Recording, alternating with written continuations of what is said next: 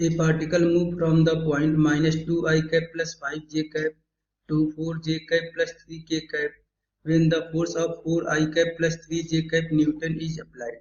How much work has been done by the force? So यहाँ पे हमें given है फोर्स का वैल्यू कांस्टेंट गिवन है, इसको हम बोलेंगे पोजीशन वेक्टर r1 एंड ये गिवन है हमें position vector r2. So work done का फॉर्मूला हो जाएगा for constant force equal to dot product of force into displacement and displacement vector का वैल्यू हो जाएगा position vector r2 minus position vector r1. सो displacement vector का value हो जाएगा r2 vector का वैल्यू है 4j cap plus 3k cap minus -2i cap plus 5j cap. So displacement vector d is equal to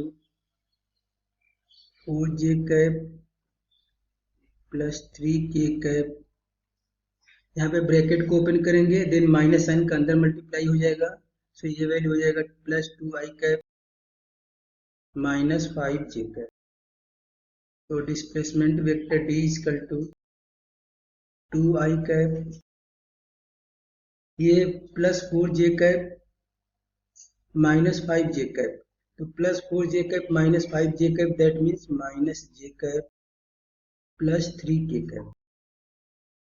so displacement vector का value यदि यहाँ पे हम वर्क के फॉर्मूले में पुट करेंगे then work done is equal to force vector का वैल्यू हमें गिवन है 4i cap plus 3j cap dot product displacement vector का वैल्यू हमें गिवन है 2i cap minus j cap plus 3k cap.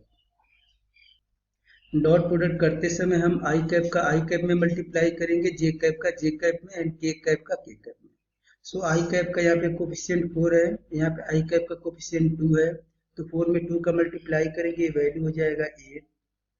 जे कैप का यहाँ पे कोफिशिएंट प्लस 3 है, जे कैप का यहाँ पे कोफिशिएंट -1 है, तो प्लस 3 में -1 का मल्टीप्लाई करेंगे ये वैल्यू हो जाएगा -3.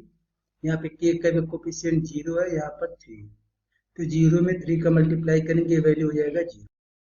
Work done is equal to 8 minus 3 करेंगे आंसर आएगा 5 and SI unit of work done is equal to joule.